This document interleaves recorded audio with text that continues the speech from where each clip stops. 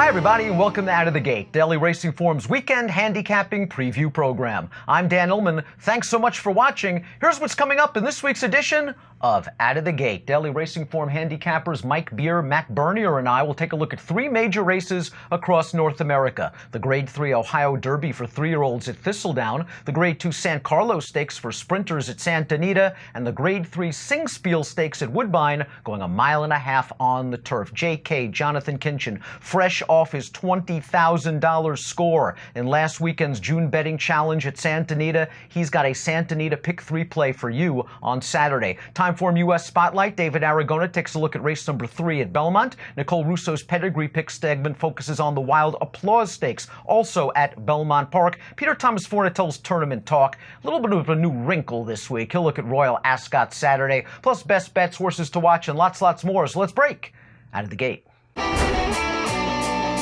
We begin Out of the Gate with our Horse Watch segment. Kinchin goes for $20,000 last week at the Santa Anita Handicapping Challenge. Mike Beer goes for $23,000 on Wednesday, giving out the Pick 6 and betting it at Belmont. Who's your Horse Watch this week? My Horse Watch this week is complicit for Chad Brown. We'll see what happens with this 4-year-old filly going forward. Chad feels like he has too many of these horses. I don't know where she fits. But she only made 2 starts as a 3-year-old. She didn't win either of them, finished second both times. But now she's come back with 2 starts as a 4-year-old, and she's won them both, including this race last Thursday at Belmont Park. This is a race that didn't have any pace at all. They went 25-2, 50 to the half. She's last down to mid-stretch. Irad's going to take her out into the clear just for the final 1/8 of a mile or so. And she's just going to storm by the field at the end of this race. Strong handling from Irad. I like the way she runs this field down in a race that just didn't set up well for her at all. This filly has really improved as a 4-year-old. It'll be interesting to see where she goes. Nice late run from Complicit in that race at Belmont. Matt, you're going to go out to Southern California with a horse you picked correctly on this program last week in the Summertime Oaks. Nice performance for Ollie's Candy, stretching out. Yeah, I got to be honest with you. I thought it was a promising enough effort. We're going to go back and take a look at the replay right now. I know she didn't beat a spectacular field, but I like the way that she did it. This is her right now getting into a bit of a battle with 13 Squared, a Baffert trainee who was out there on the front end. And I like the fact that she had to dig in and fight a little bit. This was her first time going 2 turns. And okay, maybe it doesn't visually look like it's the greatest thing you've ever seen, but consider this is only her 3rd lifetime start. First start on dirt, first start going 2 turns, and now it sounds like Bill Morey's talking about the idea of running her down on the turf at Del Mar in a graded stakes race. Again, she may not be a superstar, but I like the way that she's trending, and she hasn't done anything wrong. Last year, I made Mind Your Biscuits a horse to watch after his good second-place finish in the Cigar Mile. It's been a good year for Biscuits already in 2018, winning the Dubai Golden Shaheen for the 2nd consecutive season, and then this performance on the Belmont Stakes undercard in the prestigious Metropolitan Handicap. Here he is on the outside, and he makes a really nice, sustained run. Just couldn't get to pace setter B Jersey in a thrilling stretch drive. 109 Beyer speed figure for Mind Your Biscuits, a career high, and I really like what Chad Summers is doing with Mind Your Biscuits. I've always felt that this horse has the ability to stretch out in distance, and he's eyeballing a race like the Whitney at Saratoga. Now, I'm not sure the Whitney is the right spot, simply because this horse did not run well at Saratoga last year, but I think Mind Your Biscuits, perhaps with a prep against New York breds in the Saginaw, going a 1-turn mile and a 16th, might be able to do some damage down the road. He might be more than just a 1-turn wonder. It's Mind Your Biscuits for trainer Chad Summers. Let's get to some handicapping. The DRF Bet Saturday race of the day is the Ohio Derby. Let's take a look at the field for Saturday's DRF Bets Race of the Day, the Grade 3 $500,000 Ohio Derby for 3-year-olds going 1.8 miles. It's carded as race number 9 at Thistledown. For expanded stakes previews of all the graded stakes races and lots more, head on over to video.drf.com or the Daily Racing Form YouTube channel. Matt, we've got a big field. It should be a fine betting race. This morning line favorite Flame Away, however, has some legitimate credentials. They certainly does. Most recently ran the Kentucky Derby. I'm not going to hold that race against him. 2 starts back, though. Yet a very strong effort in the Bluegrass. We're going to take a look at that stretch run right now. You see him, he ultimately finishes second to Good Magic, and we know what Good Magic is capable of on his best day. All he did was come back and run second in the Kentucky Derby. The good thing about Flame Away, if you're a fan of this horse, he's gutsy. He wants to go out there. He wants to fight you. Now, he may not be the most talented horse in the world, but on his best day, he can certainly fire a big shot. You don't have to go too far back. Go back to early in 2018. He won a race down at Tampa Bay Downs in a graded stakes event, Sam F. Davis. look, this is probably the level that he belongs in. The question now becomes, do you think that the pace is going to work against him? That's a very good question, because we know he likes to be forwardly placed. As we saw in the stakes preview, Timeform US has this color-coded red on the pace projector, a fast pace expected. It could work against this horse as he tries to get the mile in an eighth. Mike, you like Core Beliefs coming in from the Peter Pan? Yeah, we'll see what happens with this horse shipping in out of his last race, the Grade 3 Peter Pan at Belmont. That was also at a mile and an eighth, the same distance as this race, and he couldn't hold on in the Peter Pan. We'll look at the stretch run of that race right now. Even though he settles for second in this race, I actually still think he ran the best race in here. He was drawn to the rail. His rider, Tyler Bates, had no options in this race. He had to go.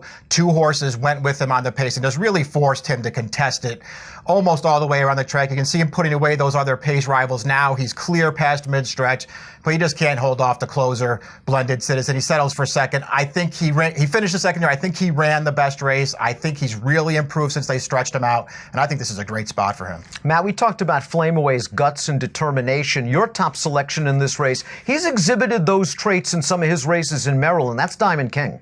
Yeah, Diamond King, he really hasn't done a heck of a lot wrong in his career. The most recent start, I'm drawing a line through it for a number of reasons. The Preakness, we know what Justify is, the sloppy track, the fog, X, Y, and Z. But two starts back in the Federico Tessio. We're going to take a look at that run right now.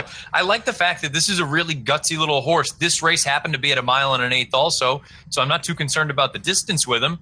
And I like the fact that he's a little bit versatile. He can adapt. He doesn't have to be out there on the front end. He can sit just off and come on with a run like he did here at Laurel in this replay. I think he's an interesting little horse. And again, draw a line through the Preakness. Don't hold that against him.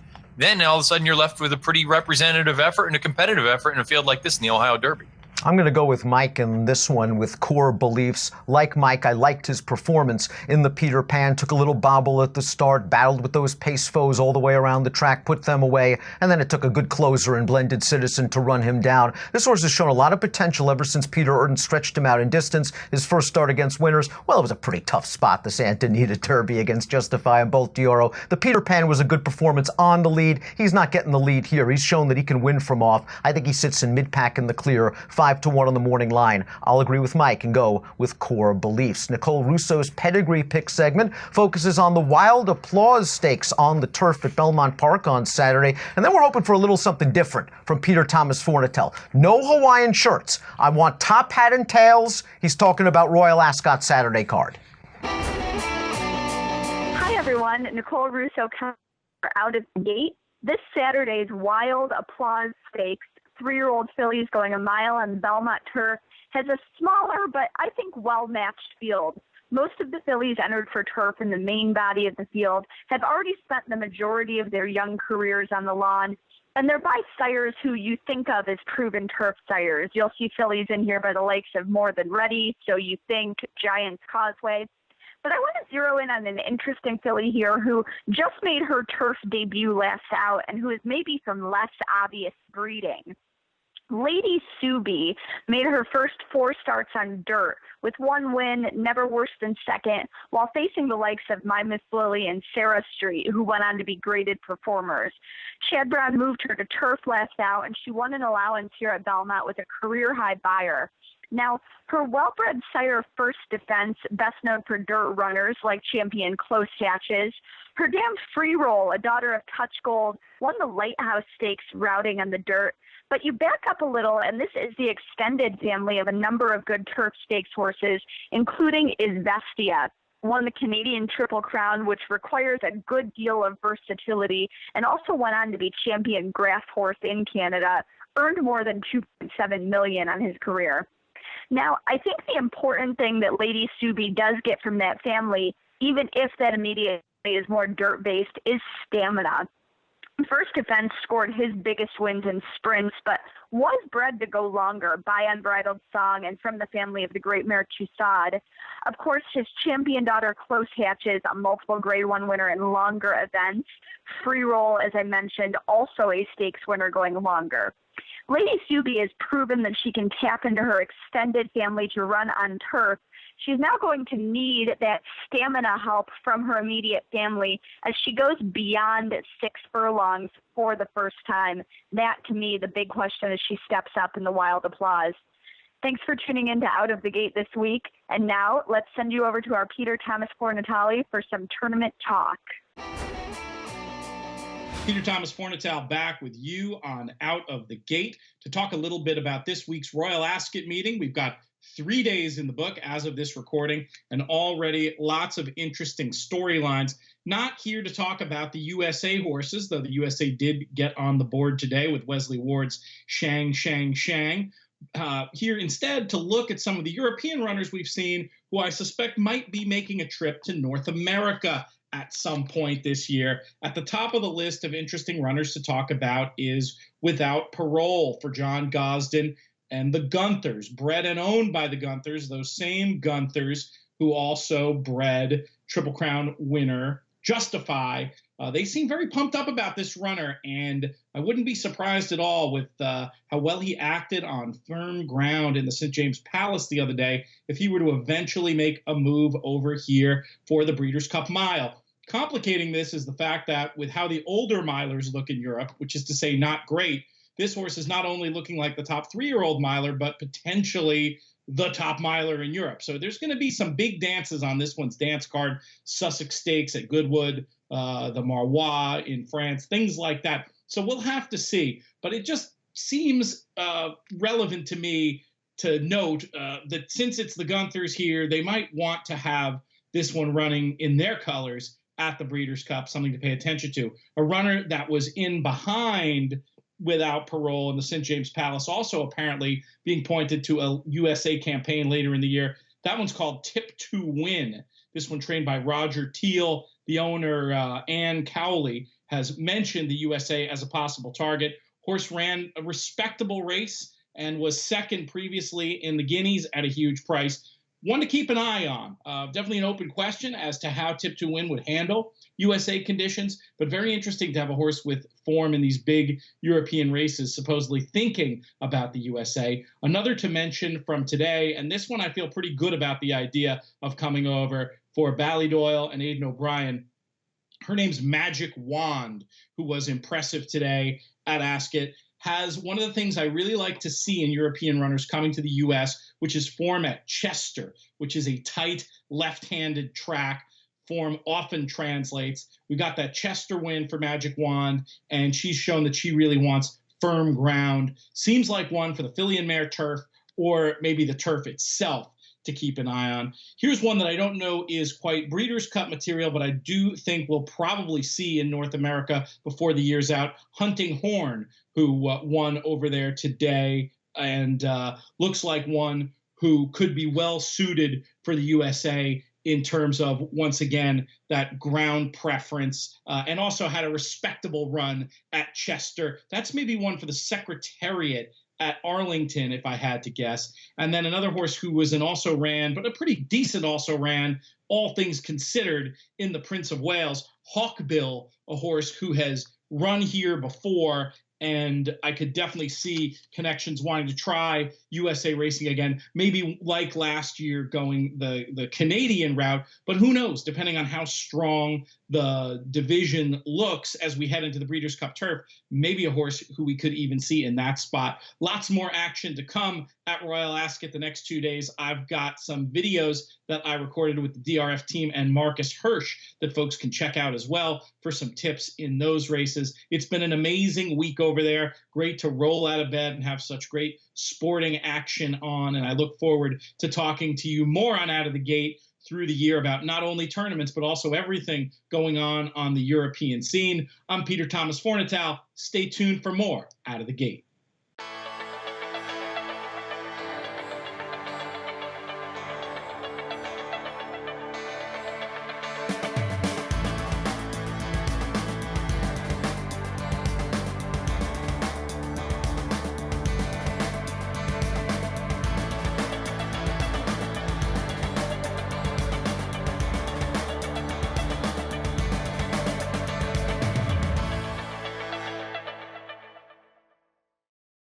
Are you a horse player looking to raise your game? For over 120 years, expert handicappers have relied on Daily Racing Form as their must-have source for news and data, featuring exclusive buyer speed figures, Timeform US pace figures, and integrated replays. DRF Formulator is the most powerful handicapping tool on the market today. Use what the pros use. Go to drf.com/formulator and enter code DRFTV to get your first card free. drf.com.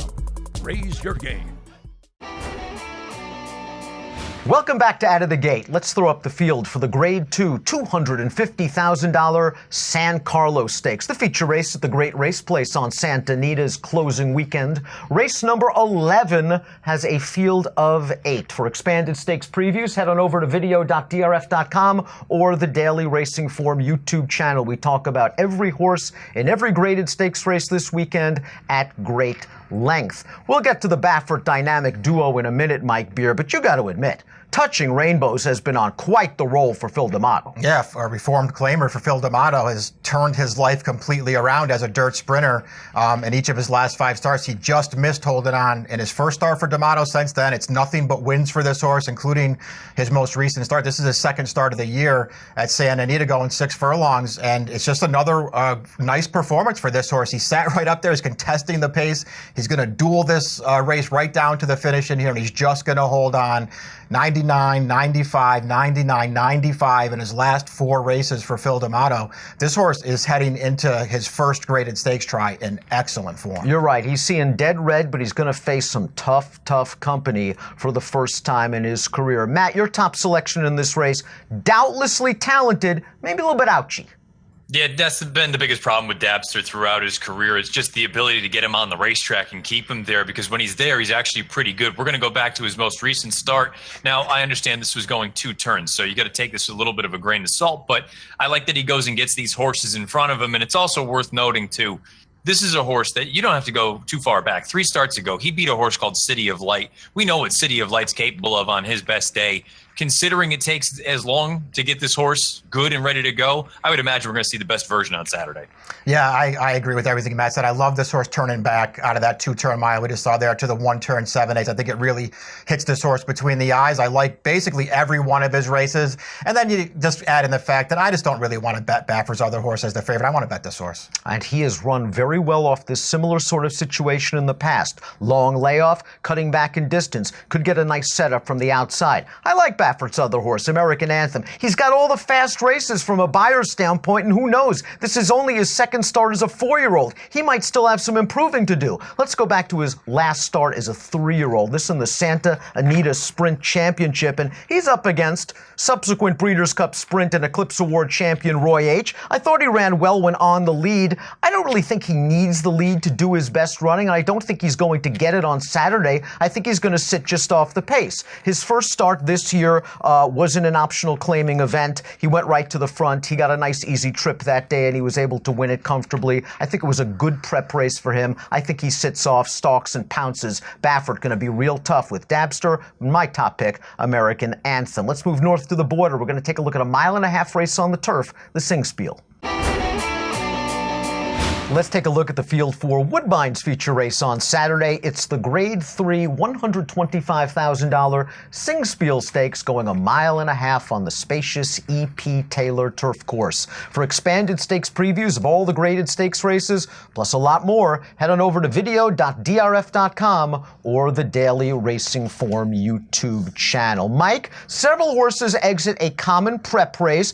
The 2 morning line favorites, Danish Dynaformer, Final Copy, different running styles, same great trainer. Yeah, it'll be interesting to see what happens here. Final Copy is the horse who won the local prep for this. We can look at the replay of this race right now. Final Copy got, I thought, a great ride in this race. He got to the lead in here.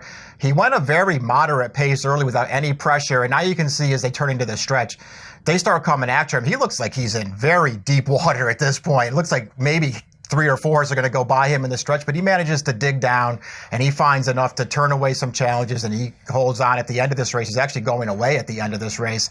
I thought this was a fine performance for him. He's run well enough going a mile and a half in the past that you could, take another chance with him in this spot, but I think he's going to have to run better than he ran in that race to win right back. Matt, his Woodbine turf races are all good, but he just got the easiest trip on the lead last time out, and our top pick, he's got a little bit of sneaky speed.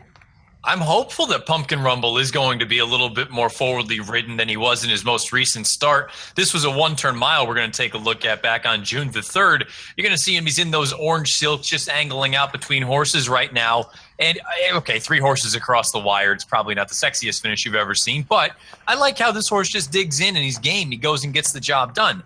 Some people are going to be a little bit concerned about the additional distance going out to a mile and a half. I would just encourage people to look back to last October where he won a synthetic race at a mile and a half. So the distance, I don't think, is really the question. The question becomes, do you actually think he is good enough to take on the likes of Final Copy and the likes of Danish Dynaformer? I'll take a shot and say, you know what, at a decent number, yeah. Mike, you want the stranger in here coming in from the States for Graham Motion. Churros looked good last time out. Nice trip and ride, got it done. Yeah, I just wanted sort of a newer face in this race, and maybe a horse who still had at least a little bit of upside. And a bunch of horses in here that we've seen plenty of. They're all very good horses, but I just want somebody who maybe could take a step forward. I feel like Churros is the right horse. 2 starts at 10 furlongs since arriving in the States for Graham Motion. He won both of them at Belmont Park, and that includes this race that we're going to look at right now. This is his first start off of a little bit of a layoff. And he's just sort of in behind her. So he got overall a really good trip in this race, sitting in behind. But you can see him here. He's got to wait for room. He can't get clear until they're down to about mid-stretch. And once he finds room in this race, I like the way that he comes running and closes this race down. This is a good performance. He's got to stretch out to a mile and a half for the first time. We'll see if he can do it. I'm just hoping that this is a horse who has enough upside and has found the right field that he can take a step forward here. I agree with Matt in this race. I've been chasing Pumpkin Rumble for a long, long time. I still think even at his advanced age of 7, he has a race in him. He's the kind of horse that usually outruns his odds in these races. Thrice he ran in graded stakes races last year up in Canada. He was 10-1 or better in each of those races, and he ran well to be 3rd. Maybe not a likely winner, but he's going to be a price, and I agree with Matt. I think he's going to be forwardly placed. He'll be in the thick of things turning into the stretch. If not a winner, a horse you might want to consider underneath the logical contenders in single race exotics. JK's play of the day, a Santa Anita pick 3. David Aragona's Timeform US Spotlight focuses on Belmont Race 3. Let's go to those segments right now. Hey everybody, welcome to JK's Play of the Day. Back from the West Coast, but still going to keep it on the West Coast with the plays. Going to play a pick 3 starting in race 10 at Santa Anita Park.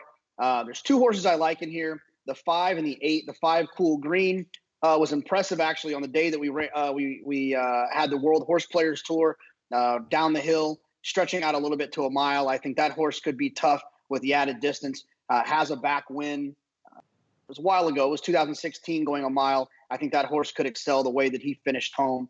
He could be tough going a mile. Also, California Journey, cutting back from a mile and an 8, showed a ton of speed according to Timeform US. 157, 141 early Timeform US pace figures. That horse should be forwardly placed from the outside. Could be tough. And then the closer, the best closer of the bunch, the 4, 6 Point Rack. I'm going to use that horse just in case it falls apart. I like 2 horses that are going to be forwardly paced. In the event that they run into a little bit of a duel, I think it could be a little bit of trouble for the speed horses. On to race 11. I'm going to use 1 horse. If you're feeling a little bit more conservative, you can use 2. You can use American Anthem. I'm just going to use Dapster. Dapster shows up here. Was always one that was supposed to be good for Baffert. Had 127 days off, worked together with American Anthem back in April, and seemed to be right there with American Anthem. American Anthem's going to be bet down based on the last race, which was a kind of a slow front-running performance at Churchill. Dapster is drawn outside of that horse. 127 days ago, ran a 122 Timeform US. American Anthem ran a 120 last time. Some of American Anthem's best races were a 122. If Dapster can show some of that 122 form that he had last year, he could be tough, or earlier this year, he could be tough and present a lot more value than American Anthem. I'm going to try to get away with just using Dapster. On to the final leg. It's a maiden claimer on the grass. I'm going to use the 2, R Slick Chick.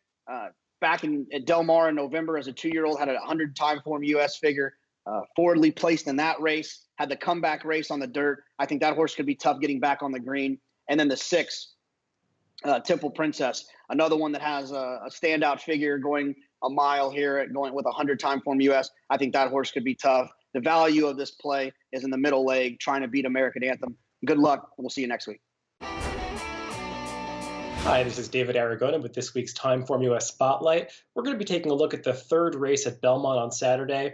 It's a $40,000 claiming race for 3-year-olds going 7 furlongs. Drew a pretty short field of just 6 horses, but it's a pretty interesting competitive spot. We've got horses coming from a variety of class levels and different races kind of converging here. So interesting race to try to figure out. We'll initially take a look at the Time Form US pace projector because the 3 shortest horses on the morning line are the 3 that are drawn towards the inside, numbers 1, 2, and 3. And they're all predicted to be coming from just off the pace in a situation where there's not a ton of speed in this field, and the horse that's predicted to be out in front is forecasted to have a bit of an advantage because he is pretty much faster than the other horses in the early going.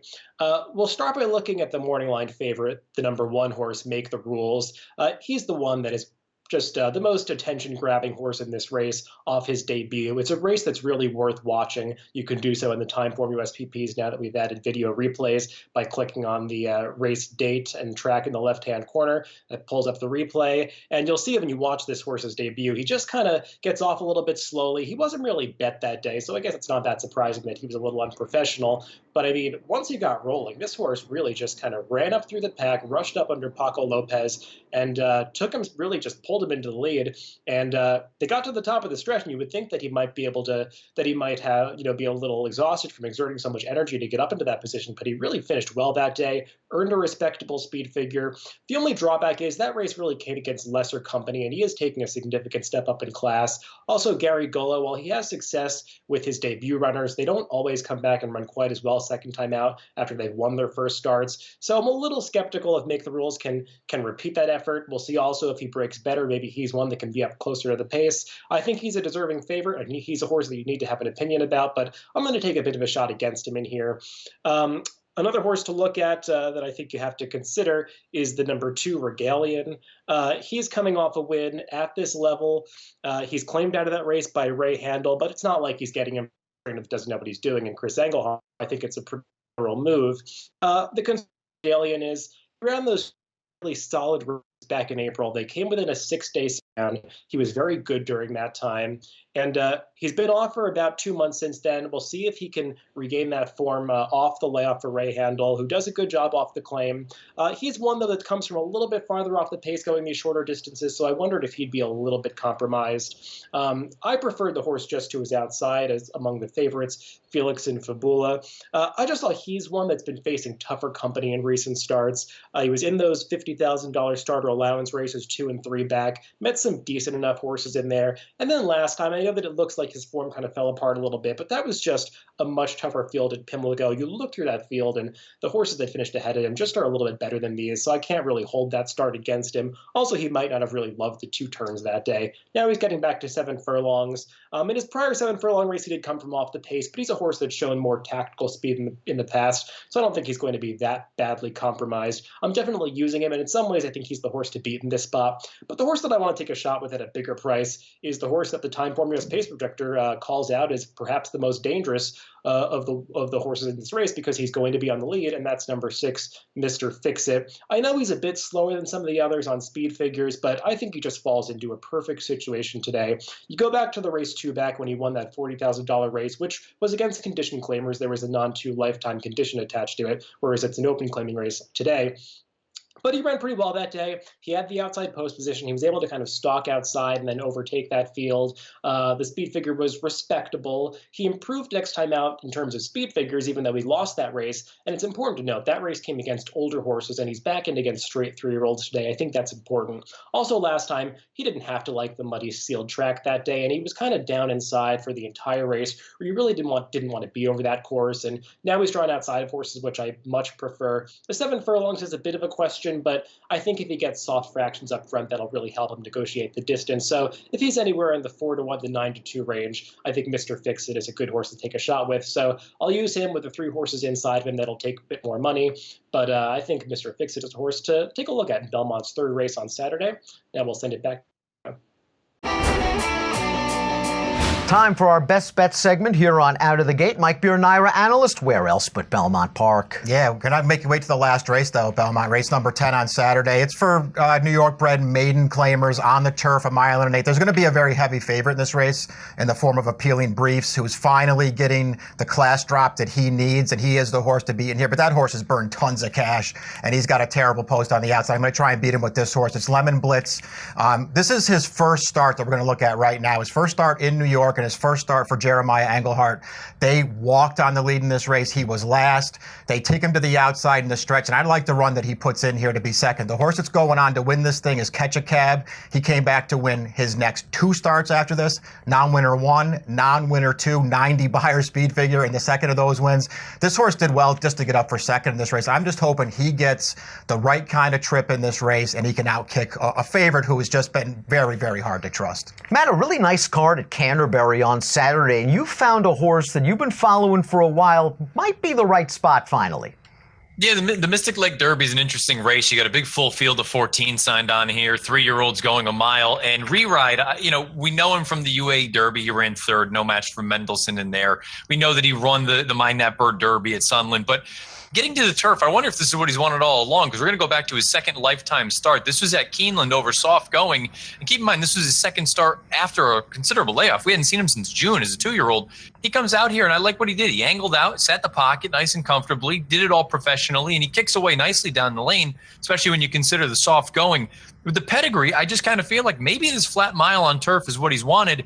The 13 post in a 14-horse field is no bargain whatsoever, but I think there's enough speed drawn to the inside. He can tuck over, hopefully not lose too much ground on the first turn, and he might be a decent number in here. I'm going to go to Parks, race number 8, number 4. That's Chris and Dave, 5-1 on the morning line. He's got some work to do. There's a morning line favorite in here that's 3-5. That's Aztec Sense, who's won his last 3 races for trainer Jorge Navarro and has done so very, very impressively. But I feel that Aztec Sense has gotten easy leads in all of those races, and the scenario won't be as easy on Saturday, partially because of Chris and Dave's tactical speed. Let's go back to his most recent start at Belmont, a race in which he was pressing the pace on the outside. He attacks on the turn. He's eventually going to put away the leaders, and then old Patch just comes and gets him in the stretch. And we know Patch, who's run some big races in the past, most notably the Belmont Stakes, is a classy horse and is probably better than the horses Chris and Dave is going to be facing at Parks on Saturday. Chris and Dave has faced some good horses this year. He was second to B Jersey, of course, the winner of the Met Mile back in January, second to Blue Ridge Traveler, who I think came back to win the Maxim Gold Cup. He's faced some legitimately good horses, and he's got enough tactical speed to keep Aztec Sense busy turning into the stretch. 5-1 on the morning line. I think 7-2, 3-1's even fair on Chris and Dave, the number 4 in race number 8 at Parks. We urge you to follow all of our video offerings, the latest from DRF TV. Please follow on Twitter at DRF Video, and the latest news and notes from America's Turf Authority Daily Racing Form. Follow at DRF Inside Post. Thanks for watching this week, and best of luck when your horses break out of the gate.